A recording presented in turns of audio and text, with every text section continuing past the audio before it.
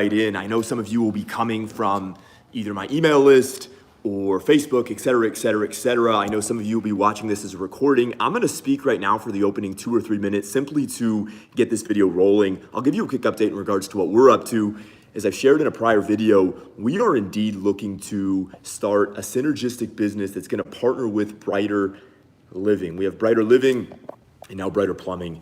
And the two businesses together, I believe sincerely, will be super successful in helping the other one grow. I'm happy to talk about that in greater depth. I don't, however, want to make this video really about me. I would rather make it about you. Not that I have all the answers in the universe. Lord knows I'm learning every single day, but I definitely want to do everything I can to answer as many questions as humanly possible. This live stream will last approximately 30 minutes, and then I'm actually going to go to another live stream that's a private live stream that I have for the individuals that get skin in the game and actually put their money where their mouth is. But I don't want, look, I like to just deliver for free. So real quickly, just to make sure that the live chat is working, for those of you who are here, can you do 2 things for me? Number 1, can you thumbs up this video? And that helps me keep helping you. But more importantly, then, can you comment that you're here? If 1 or 2 of you can comment, I'm here, or I see this, something to that effect, what that'll allow me to do is figure out how to read your guys' comments, because I just want to try to answer questions if I can, because I figure that's really what you guys in part are looking for. I know some of you have asked certain questions. Okay, I see, Mason saying, what's going on? I'm here. Hey, Jason. I'm here, sup, I'm here. Hello, Jason, what's up, brother? Okay, great. So we have people here. Cheers to Antonio saying he's in the program, and it's amazing. I appreciate those types of those shout outs. All right, great. So we have some engagement here. Thank you all for being here sincerely. I know I messed up the time as well. We were supposed to start an hour ago. I literally just got off a virtual board meeting I did right here on my computer. By the way, check out this view out here. I'm in Orlando. It's pretty sweet. You can see that nighttime view. Pretty sexy stuff, man. It's been a wild ride. But anyways, enough about me. If we have questions, ask them. I could gush about me, but I could do that in another video. But I figure, let me look through here. I'm trying to figure out how to use this damn chat. Let's see. I think we have a question here. My potential chairman had bankruptcy 20 years ago. He's got great credentials, though. Yes or no? That's a hell of a question. I would say my gut says no. I say my gut says no because your chairman in good portion should help you procure debt and equity. And a bankruptcy is a problem. It's not sexy. No bank is going to say, you know what, after more thought, we found that bankruptcy and we're going to give you a loan, based on your chairman. And I could talk more about a chairman maybe on this live stream if you guys want me to talk about it, but I think there's really a very narrow lane from which you really want to be choosing from if you do elect to go with the chairman route. All right, let's look at the top chats here. I'm learning how to use this on my phone. Okay, let's talk to my friend, Mr. Sen. What to look for during due diligence? All right, so let's talk about due diligence for a minute because we're about to do that right now. We actually literally made an offer here, a 7-figure offer, literally at 5 p.m. Eastern. We got it in at 4:45 p.m. Eastern time. Today, it was, for those of you following me on Instagram, saw it's been a wild day. But if that offer gets accepted, what will we then look for in due diligence? A couple we'll look for in due diligence. One, in preliminary due diligence, we want to look at the financials. We want to make sure the financials look legitimate. We want to make sure the tax returns look legitimate. We want to make sure that the tax returns don't show underinflated expenses or overinflated, things that look funny. And your CPA on your team will help you with that in many regards.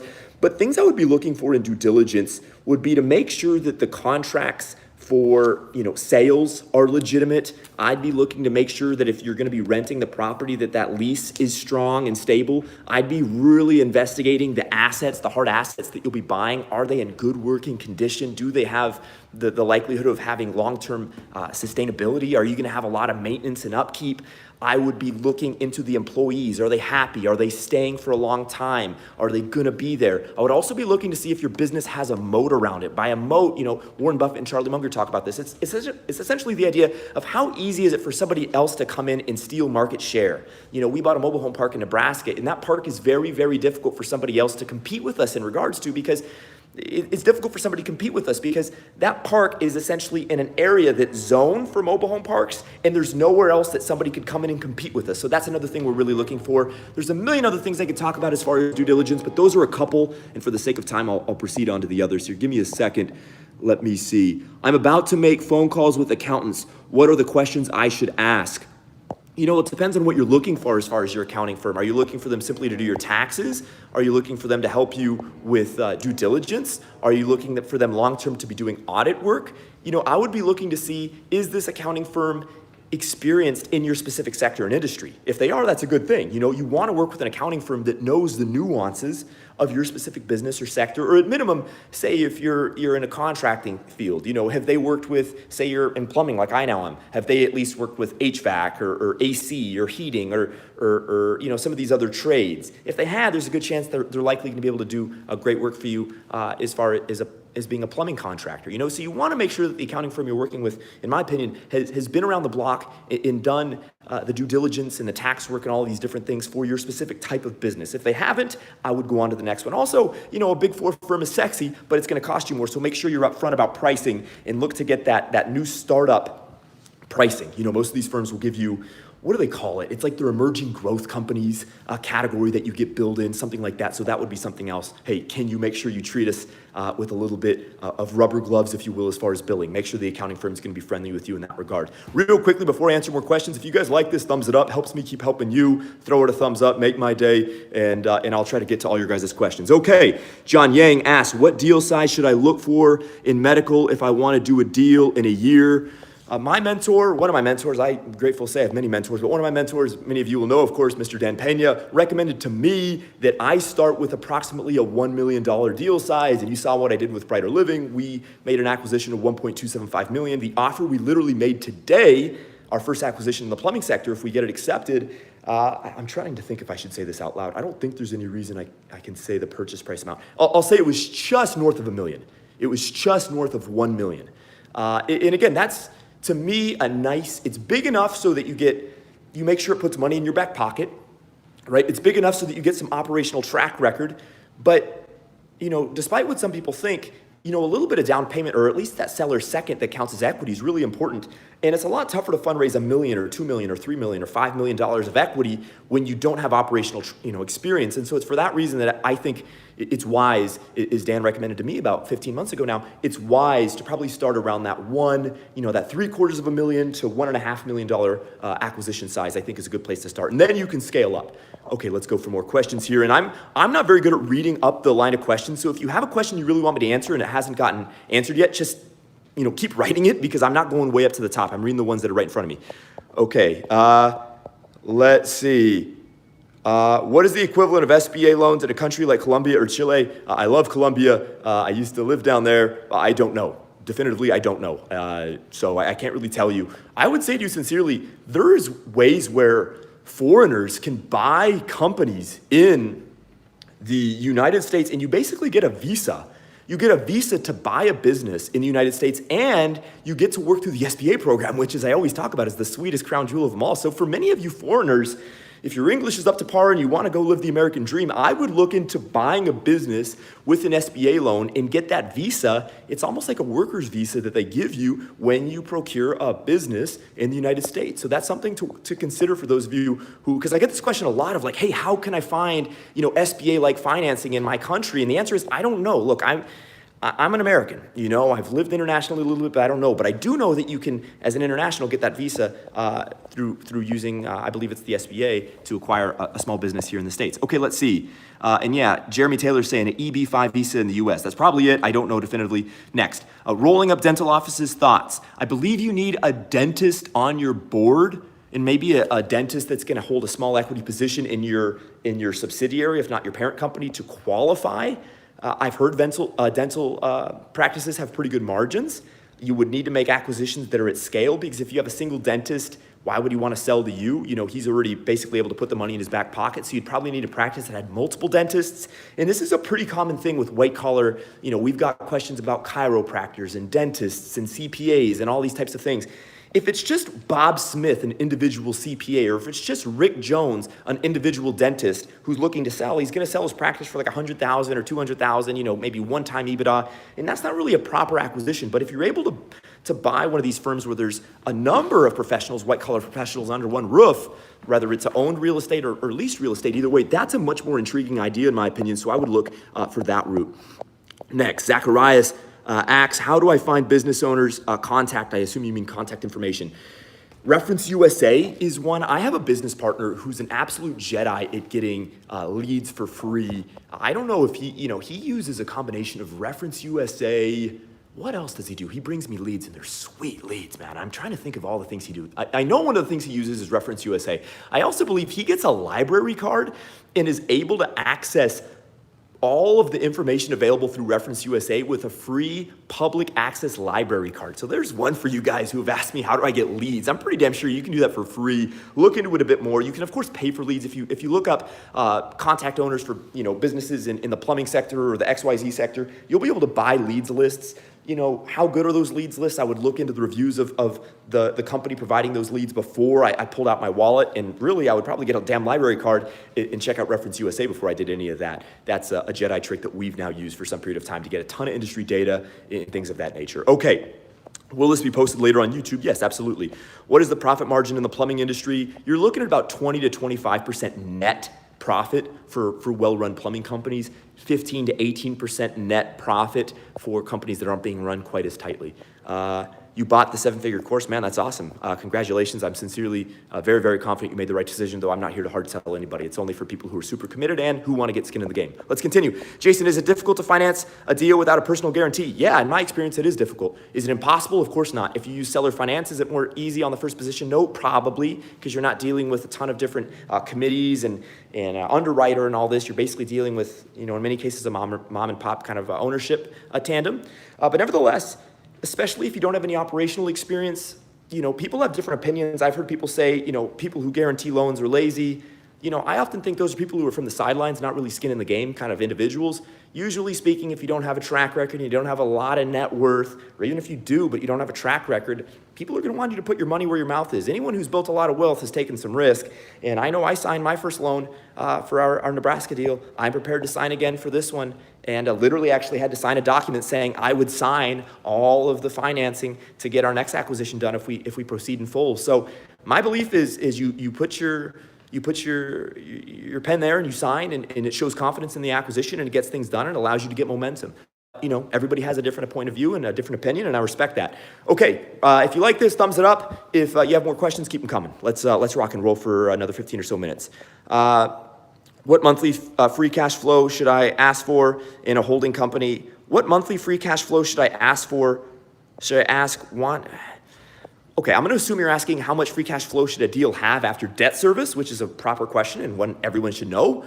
At least 150%, preferably 200, especially if the operations are at all complicated for you, then definitely 200+%. And that includes all parts of the capital stack, not just the first position debt. That means first position debt, mezzanine debt if you need it, any investor payouts that you promise, make sure that with all of those payouts you're gonna make, you're still dealing with 200% plus. For a couple of reasons. One, it means you're most likely not gonna mess up. Two, it means you're actually gonna have a lot more free cash flow to put in your back pocket. And three, it increases the odds that you're gonna have more free cash flow that you can use to put as down payments for subsequent acquisitions, assuming you truly wanna roll something out.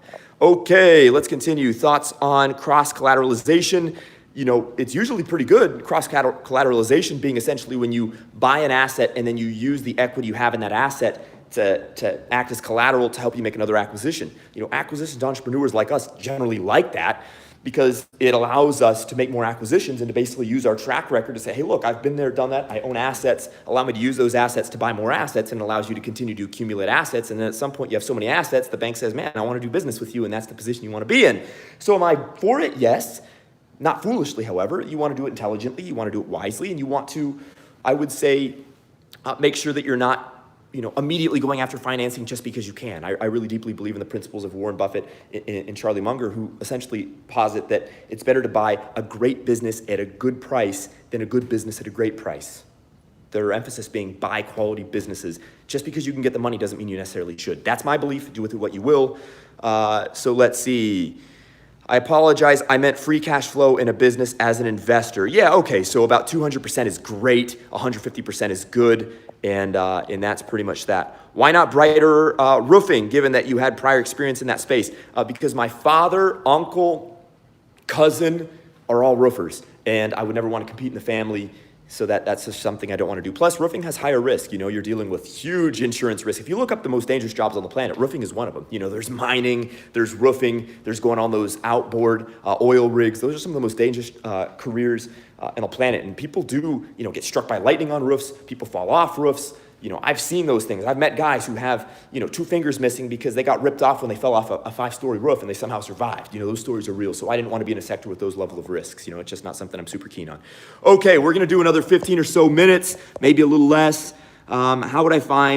Jason, how do you find a niche in cybersecurity? That's a good question. I don't definitively know. Consult with an industry expert. Next, Mario asks, I'm in the process of a super regional opportunity. It's an 8 market and 55 brick and mortar. It's an 8 market and 55 brick and mortar companies. How would you approach it? 15 million purchase price. What are your strongest options? I don't quite get what you're asking. I don't quite get what you're asking, so I'm gonna move along. Let's see. Hi, Jason. I feel like neither my personal experience nor my passions are wise industries to select. Would you choose an industry you care little about just because the margins are great? Yeah, I would. I would get passionate about doing deals and being a business person. I'm not passionate about plumbing for the sake of plumbing. I'm certainly not passionate about the mobile home park space simply for the sake of the mobile home park space, but I'm passionate about those sectors now because I've gotten myself to get passionate and to be passionate and to get excited and to learn everything I can know and to get clear in my eyes and know damn well I know what I'm talking about in those sectors because I see profitability in the future if I can master them. So that's my sincere opinion in regards to selecting a sector is don't pick a sector simply because it feels good and you follow the millennial way. I believe pick a sector because it makes sense monetarily, and then if you're truly committed to being successful, you'll get passionate about it because trust me, when you start signing loans or fundraising capital and building a team and talking to sellers, you'll either get passionate or you'll fail, and one or the other will occur pretty damn quickly. So that's what I believe sincerely. How many deals so far? I've done one 7-figure acquisition, and I'm looking to do another one here in the next couple of months. Hopefully we'll have a bunch more in coming years. Time will tell. Okay, let's see. Does board have to be local or can they be out of state or in China? Well, be careful with China right now, given the scenario that's going on right there. I've talked about this at length. I built my board for Brighter Living. There were individuals in San Francisco, in Southern California, in New York, in Boston, in Florida, in Chicago, and all over the place. And that wasn't bad. I actually literally just got off a call with all of my board on Brighter Living here about 10 minutes ago. Great call. But would it have been better if they were all local? Yes. I always consult now acquisitions entrepreneurs, whether it's for free or in my course or anywhere. I just believe that you should try to get a board that's centralized to where you live and where you want to do deals, and that all of those things should be centered. So you live in the Southern California area, your board is in the Southern California area, the accounting and law firms you're going to use, if you use third-party top law firms and accounting firms like I've talked about here on YouTube, those are all in Southern California. Your acquisition targets are in Southern California, and the banks you call on are all in Southern California. It makes it easier. I speak from experience. I didn't know this at the beginning, and it slowed me down somewhat. If I had known that, it would have been going faster. Why do you think it is? And literally under 2 months, in 45 days, we gone from Brighter Plumbing being an idea to having literally presented a formal offer today. Today, I believe, is the 19th, so that took us like 49 days to go from an idea to a formal offer. Now, part of that is because I have more momentum, but a lot of it is I knew the things that I didn't know in the past. So, take that insight and use it because it's real stuff. Questions for due diligence of a business. Rohan, I literally talked about that at the beginning. Watch the live recording of this, and I broke down about 6 or 7 things I'd look for in due diligence. Does board have to be? Okay, we talked about that. Should I deal with brokers on my first deal or look for motivated sellers? Unless if you have a considerable net worth, I would deal with the seller directly for your first deal. That's what I did. It's what I recommend for you. Now, once you do a deal, then brokers can become your best friend and investment bankers as you get up the food chain.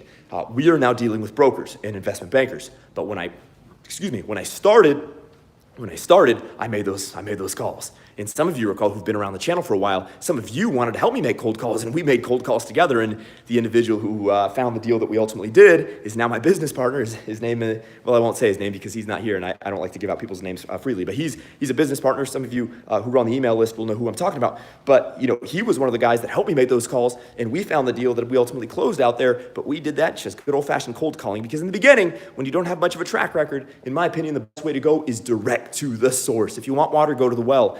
Don't go to the store, especially if you don't have money. Just go to the well and get the water yourself. It's cheaper, it's faster, and in some ways it's better when you don't have a track record. In time, you can use brokers, you can use investment bankers. Okay, how did you become financially literate? Well, I did take an accounting course when I was in community college. Admittedly, didn't take it too seriously.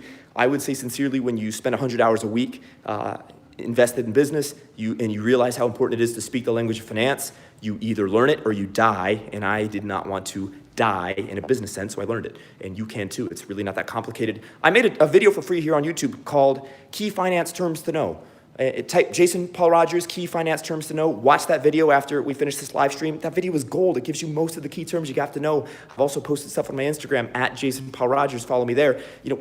I've given you guys the stuff. It's really not rocket science. If you've liked this, thumbs it up. I'll keep answering questions for you guys. Do thumbs the thing up. It helps me keep helping you, and let's keep rolling here. So let's see. You keep asking for due diligence of a business. Like I said, Rohan, we'll talk about, or I already talked about that. Watch the recording, and we'll dive in, and we'll go forth. Is a board necessary? Yeah, I believe, especially if you don't have a lot of acumen yet in business, a board is necessary. Do I believe it needs to be a 9-person board like what I did for Brighter Living? Probably not. That was probably a little bit bigger than what I really needed. Would it work? Yes. But I would say sincerely, you absolutely want an accountant, you absolutely want a lawyer, and you absolutely want an industry expert. Those, in my opinion, are non-negotiables, unless if you are an accountant or a lawyer or an industry expert yourself. And even still, I would have those things. So there you go. Are you scouting sellers in specific regions? Yes, we generally deal in the Midwest, Texas, and now Florida. There's Florida out there. We're in Orlando right now. It's really nice, man. If you've been in the Midwest, it's actually been a mild winter, but it's been cold, so to be down here in Florida is an absolute treat. Okay, we have a question. Should I wait to recruit a cosigner until I have a specific deal to present? I've had a lot of trouble trying to recruit prior to having a specific deal. Yeah, it's always easier to recruit financial partners once you have a specific deal. Once you're able to give them the financials and the terms and the nature of the investment and the operational team that you're putting together and all those things, and then you say, hey, Mr. Investor, or hey, Miss So-and-so, this is the deal, this is how it freely cash flows, this is why it's hot, this is what we're gonna do, this is how we're gonna do it, this is how we're gonna structure it, this is how we're gonna pay you out, and hey, by the way, if you co-sign, we'll give you X% of the deal, if you put in, Y amount of money, we'll give you Z% of the deal, we'll give you, this percent, rate of return, and your lawyers as well as your accountant, and pretty much anyone who's done deals is gonna be very savvy at helping you understand what a good offering is. Remember, it's about, in my opinion, building a track record so you can buy multiple businesses over a sustained period of time.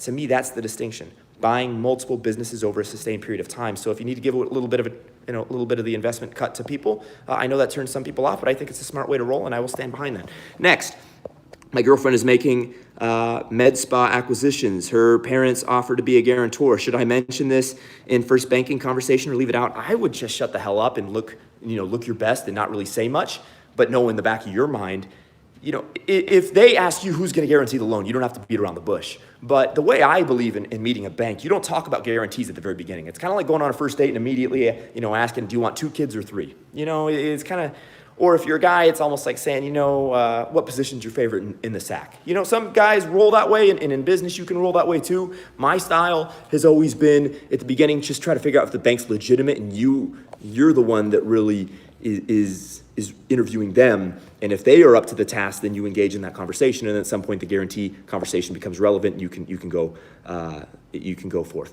Okay, let's see. Please tell me about investment in software industry. I'm not a software guy, so I'm not going to pretend to know more than I am. But except for software, I would think is pretty damn hot. If it's a proper software that solves people's problems, I think you'd do pretty damn well in that. Do I need any background in finance or business whatsoever to follow this process? I mean, look, I studied psychology. I used to teach guys to meet girls. So no, you don't need a business savvy in your past. I don't have a B school degree, and I don't believe you need any of those things, as long as you're willing to learn. And I would sincerely and candidly suggest that the free content I put out, as well as, I do have stuff that costs money for the people who really want to get skin in the game and get my scripts and templates and stuff like that. But no matter what direction you choose or who you choose to follow out on the internet, there's a lot of information out there for free that can help you get a long ways. And just on my damn YouTube channel, watch that playlist, man. There's so much free stuff that can help you guys learn the process that I follow, that you can follow, in the key financial terms, in the language of finance, and how to talk to sellers, and how to speak with banks, and all these key steps that really put you in a position to be successful in building the board. They help fill in the gaps. This is the thing. A lot of times I get these questions from many of you guys, and I'm not being critical, but it's almost like, oh my gosh, Jason, I need an answer right now. What do I do? And it's like, one, you haven't paid me a nickel yet. You've asked me like 16 questions over the last 6 months. Like, I don't have time to be your personal babysitter. But 2, and more importantly, why don't you just ask your board? You put together a team, right? talk to them. I'm sure they have answers for you. So that's the thing is your team can help you fill in the cracks, even if you don't have a ton of business savvy. Hey, if you guys are liking this, thumb the thing up. Let's do a couple more questions. Once again, thumbs the thing up, and we'll do a couple more questions, and then we'll roll. Dan talks about putting money in pocket. How do you do that? By either overfinancing the deal or buying a business that sincerely cash flows. Thus, the cash flow puts money in your back pocket. Plus, if you buy multiple businesses, each individual one becomes more valuable. You can do refinances and pull money out and put it in your back pocket. And of course, once you exit and sell, you're gonna put a lot of money in your back pocket. So there's different ways to roll. Okay, Travis says, on my first deal, would it be smart to put a percentage of my cash in the deal? It depends on who you are and what you believe. I sincerely believe, and well, I know it'll make the deal get easier to get done. Banks, as well as sellers, love seeing you with skin in the game. Does it mean you have to? No. Does it mean it's probably easier to get the deal done faster? Probably. So you have options. There's not one way to Rome. You know, the old cliche, there's more than one path to Rome. Well, there's more than one way to get a deal done, so you don't have to do it one particular way. Mitchell says, thank you for the content. You got it, man, absolutely. Blake says, I'll need a few more back pockets following your advice. I appreciate that sincerely. You've offered me some good advice in your own right, Blake, so it's mutual. Mr. Buenrumbo, I know you, brother. How do you keep that high energy? I drink coffee and an occasional cold beer. So maybe that's how. Okay, are there contracts that will transfer? I assume you mean when you buy a business, do contracts transfer? Depends on your sector, depends on your niche, depends on your industry, but yeah, service contracts could transfer, long-term contracts could transfer, warranty contracts could transfer. Yeah, and that's part of the things that your lawyer will help you be ready for. Mr. Melvin says, you're the man, Jason. No, you're the man, Mr. Melvin. I appreciate the sincerely kind words. Bowser72 says, any tips on keywords to search for board members on LinkedIn? No, it's not cocaine, by the way, Rosario. I've literally used cocaine Zippo times in my life. I'm not into that stuff. I will get back to the main question, though. Any tips on keywords to search for board members on LinkedIn? The answer is yes. 1, M, the and symbol, M&A, that's one. Finance is another. Well, and this depends on what you're looking for, right? Legal for lawyers or lawyer, right? Or law, accounting or accountant if you're looking for an accountant. You know, the specific name of the sector if you're looking for an industry specialist. It depends on what you're looking for, but M&A is probably the best of the best. So, you know, there's that. Okay, let's roll through a couple more, and then I'm gonna roll and go to my private Q&A for the individuals inside of From Zero Idea to Seven Figure Acquisition, which you can join if you would like. We have a couple more days left of enrollment. What's refinance? It's essentially when you go to the bank and you procure new financing that in some cases allows you to put money in your back pocket. Google refinance. I'm not going to go through it in full right now. Okay, and this is going to be the last one. Rosario, who thought I was using cocaine. No, just because I spent time in Colombia does not mean I use cocaine. He says, though, Jason, what do you think of the organic farming industry? I think it could be interesting. You know, organic is the new wave with the millennials and those who are younger. Farming traditionally does not have very high margins. I'm living in Nebraska right now, and a lot of these farmers don't make a lot of money, especially for the amount of work they do in the acreage that they till. So I would be somewhat skeptical of that. But do your homework. I'm not here to know about every bit of every sector. It takes me weeks and weeks of analysis to get confident on one sector. So that's the sincerity. Mason says, Jason, I'm 21, following your course, loving it so far. Cheers, man. I've heard stories about people criticizing a certain individual for his age when procuring finance. Advice. You know, I'm fairly young. I almost use the youth to my advantage. One of the things I said to banks is, look, this project's either going to be successful or I'll die trying to make it successful. And I said at the time, I'm 27, and so I'm not going anywhere. So I almost used it as a play on words. I acknowledged my fresh face in meetings with banks and investors and things of that nature, and said that's why I built a team around me to compensate for my lack of experience. And that did great things. So, you know, there's many ways to play with it. What is the process like for making bank presentations? The process for making bank presentations is really simple.